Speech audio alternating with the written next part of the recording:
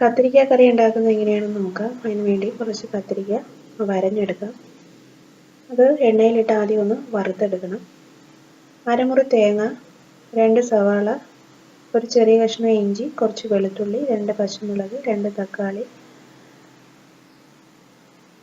കടുവറുക്കാൻ ആവശ്യമായിട്ടുള്ള കറിവേപ്പില, വറ്റൽമുളക്, കടുക്, വെളിച്ചെണ്ണ, ഒരു നാരങ്ങ വലുപ്പത്തിൽ പുളി കുറച്ച് വെള്ളം ഒഴിച്ച് മാറ്റി വയ്ക്കാം.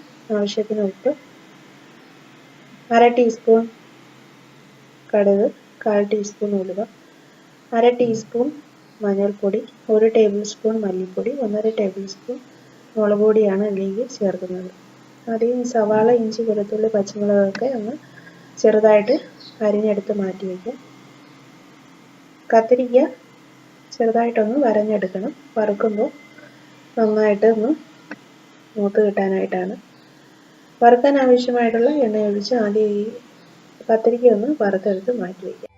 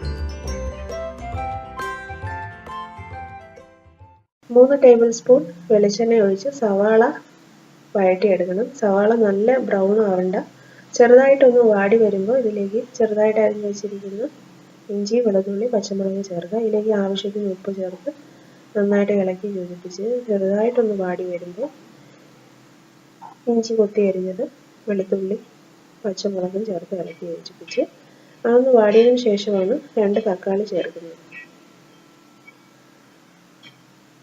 പിന്നെ ഇതിലേക്ക് വറുത്ത തേങ്ങയല്ല, പച്ച തേങ്ങയാണ് ചേർക്കുന്നത്. പച്ച തേങ്ങ 1/2 ടീസ്പൂൺ മഞ്ഞൾപ്പൊടി, 1 ടേബിൾ സ്പൂൺ മല്ലിപ്പൊടി, 1/2 ടേബിൾ സ്പൂൺ മുളക് പൊടിയും ചേർത്ത് ഫ്ലെയിം കുറച്ച് വെച്ച് അടച്ചു വയ്ക്കും. അത് നന്നായിട്ട് തണുത്തതിന് ശേഷം അരച്ചെടുക്കണം.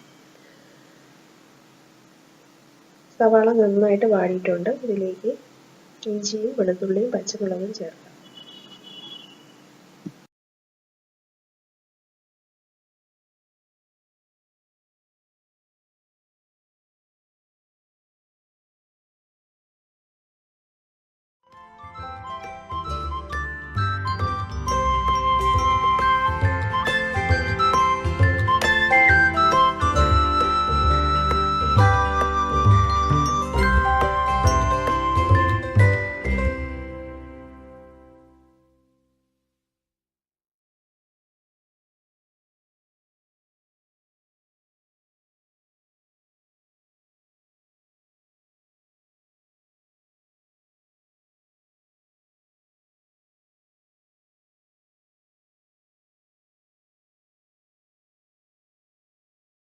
സവാള, ഇഞ്ചി, വെളുത്തുള്ളി, പച്ചമുളകൊക്കെ ചെറുതായിട്ടൊന്ന് വാടി വന്നിട്ടുണ്ട്. ഇതിലേക്ക് അരിഞ്ഞു വെച്ചിരിക്കുന്ന 2 തക്കാളി ചേർക്കാം.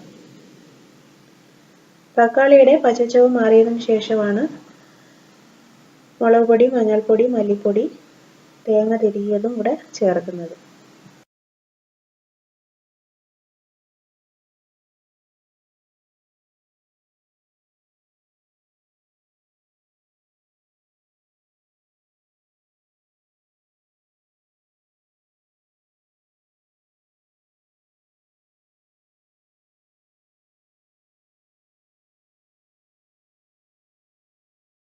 തക്കാളി ചെറുതായിട്ടൊന്ന് വാടി വന്നിട്ടുണ്ട്. ഇതിലേക്ക് 1/2 ടേബിൾ സ്പൂൺ മുളക് പൊടി, 1 ടേബിൾ സ്പൂൺ മല്ലിപ്പൊടി, 1/2 ടീസ്പൂൺ മഞ്ഞൾപ്പൊടിയും ചേർക്കാം. ഇത് നന്നായിട്ട് ഫ്ലെയിം കുറച്ച് വെച്ചൊന്ന് വഴറ്റിയെടുത്ത് ഇതിലേക്ക് തിരുകിയെടുത്ത തേങ്ങയും കൂടെ ചേർത്ത് നന്നായിട്ട് ഇളക്കി യോജിപ്പിച്ച് ഫ്ലെയിം കുറച്ച് വെച്ച് കുറച്ച് സമയം അടച്ചു വയ്ക്കാം.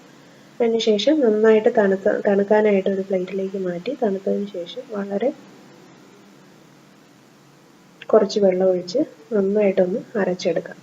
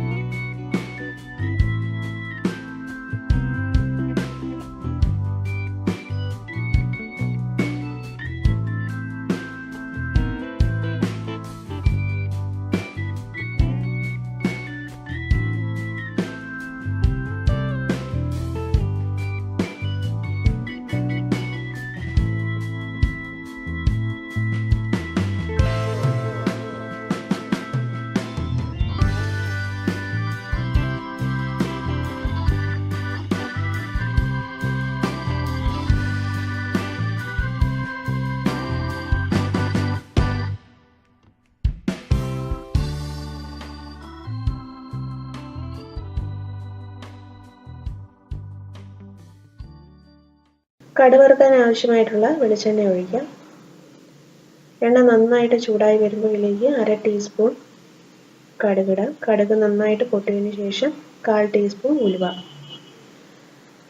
ഉലുവയുടെ കളർ ചെറുതായിട്ടൊന്ന് മാറി വരുമ്പോൾ ഇതിലേക്ക് വറ്റൽമുളക്, കറിവേപ്പില ഇട്ട് അരച്ചെടുത്ത അരപ്പ് കുറച്ച് വെള്ളവും ചേർക്കണം.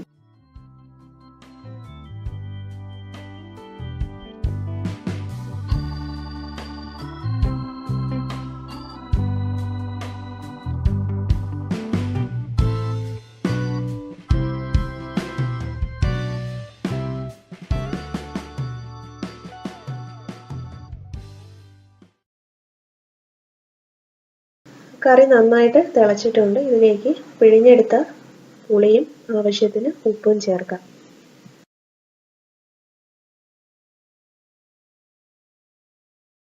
വീണ്ടും ഒന്ന് അടച്ചു വെച്ച് നന്നായിട്ട് തിളച്ച് വരുമ്പോൾ വറുത്തെടുത്ത് വെച്ചിരിക്കുന്ന കത്തിരിക്കയും കൂടെ ചേർത്ത് ഫ്ലെയിം വളരെ കുറച്ച് ഒരു 5-6 മിനിറ്റ് വീണ്ടും അടച്ചു വയ്ക്കാം.